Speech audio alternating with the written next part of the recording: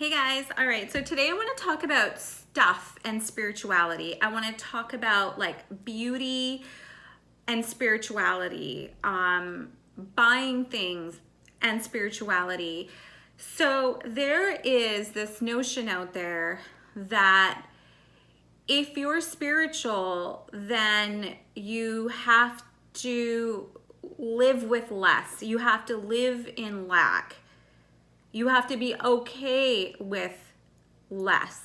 And even with beauty, you need to be more natural than wear makeup or fake nails or fake braids. Like you can't be too flashy if you're spiritual. So you can't have too much beauty if you're spiritual. Which is insane, by the way, which is insane. And this is what I want to clarify. Spirituality comes from within. And it's a connection of your own soul to Mother Nature and the ether, the planets, the star systems, all of it. Do you think that everything light and love, which is all the area, the systems that I just described are connected with spirit consciousness, if it's light and love, then why would consciousness give a fuck if you want to wear fake nails, fake hair, fake eyelashes, fake eyes? Why would it matter? It doesn't. The answer is that it doesn't. And here's what I've learned in my path, in this like spiritual path.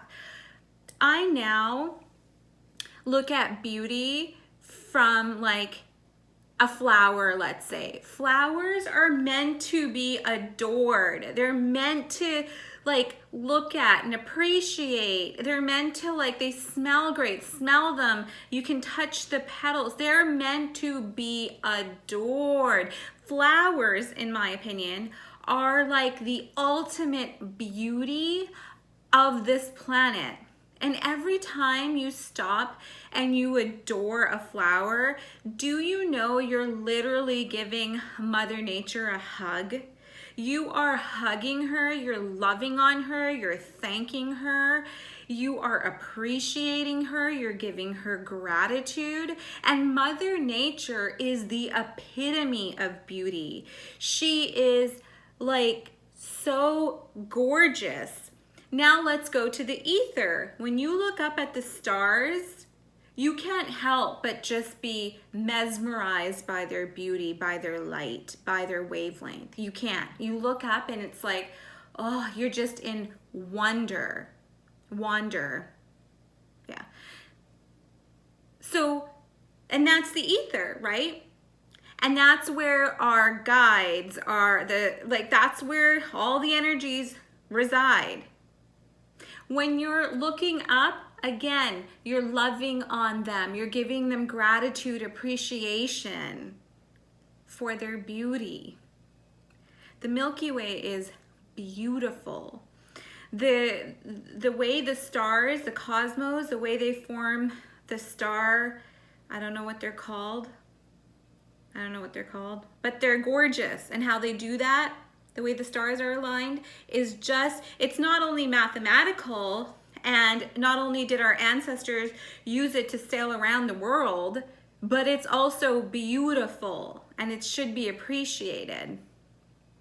If you think about our goddesses that are drawn out and our gods that are drawn out, have you ever noticed how much jewelry, makeup, how beautiful their clothing in the pictures is? Because goddesses appreciate admiration as well.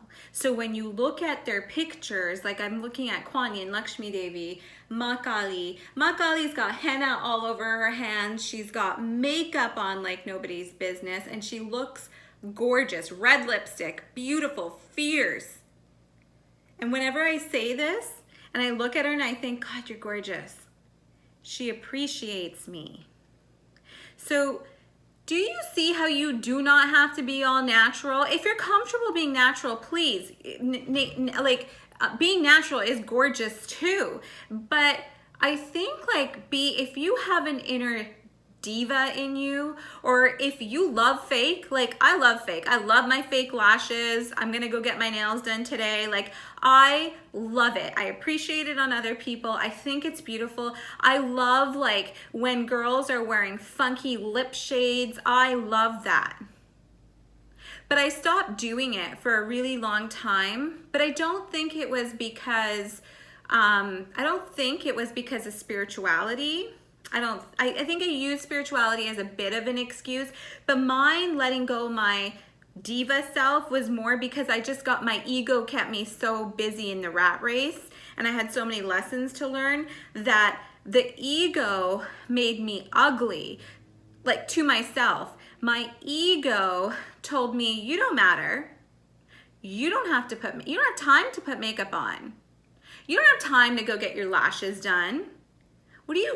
Are you crazy? You have work to do, girl. You've got a son to raise. You have a home to take care of. Why would you go and spend time getting things done for yourself to beautify yourself when you have so many responsibilities? You have spirituality to learn. My ego would actually say that to me. That was all the ego, which actually aged me. And there was a time in my life where I didn't even make time to wash my face at night. Forget putting moisturizer on in the morning. Forget that. I was so exhausted, I would just crash in bed. I would just crash. That is ugly. That is ego.